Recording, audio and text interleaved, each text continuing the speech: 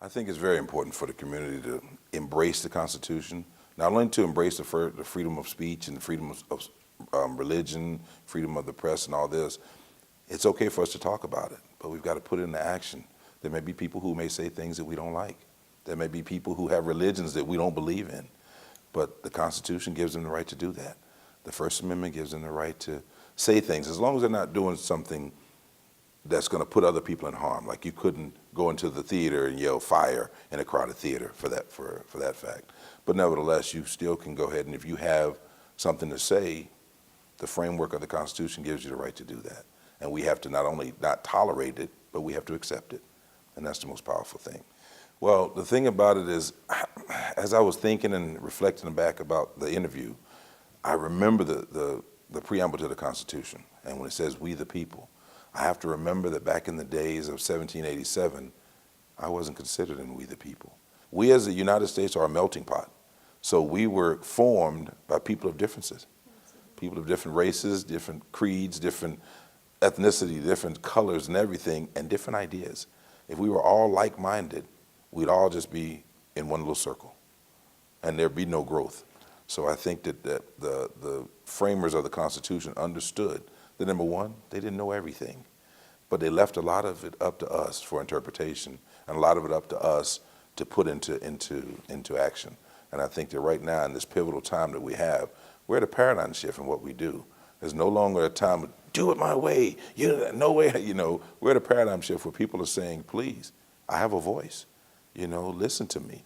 And then there's those people who, I may see someone out in the street who is saying something that may incense me because I don't agree with it, but they're actually giving words to the voiceless at times, and one man's bad guy is another man's freedom fighter, and we have to appreciate and accept that.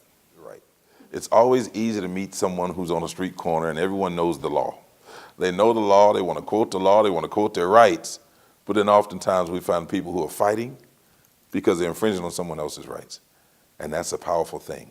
So the beautiful thing about this paradigm shift and what we are now, we have a very unique opportunity to not only give breath to everything else that was going on, but to educate the community about their rights, the rights of others, and to understand that if we want to continue this melting pot, there has to be acceptance. Now we have people. We have people who are fighting for the rights in the LGBTQ community.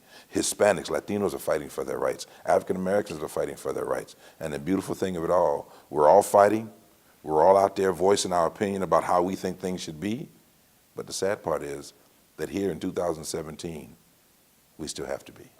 I've been doing this job 20 plus years. And I've gone to a lot of places, from being in Alabama to being here in Durham. And I've seen a lot of beautiful things that Durham has to offer, a lot of beautiful people in Durham.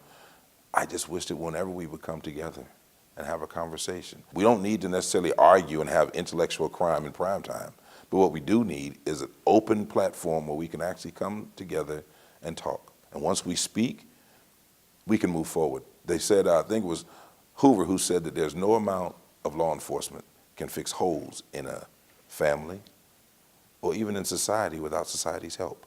So we've got to understand that, as we say, that the police are the community and the community are the police. Not too long ago, who had some very bad things to say about the sheriff. And then we looked at the sheriff and we were like, Sheriff, that's just not right.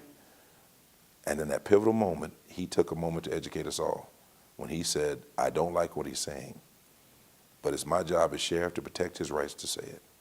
Wow, that's powerful. And those are things that kind of like keep that engine churning, because when we get out here, the job's not easy, and we face challenges every single day.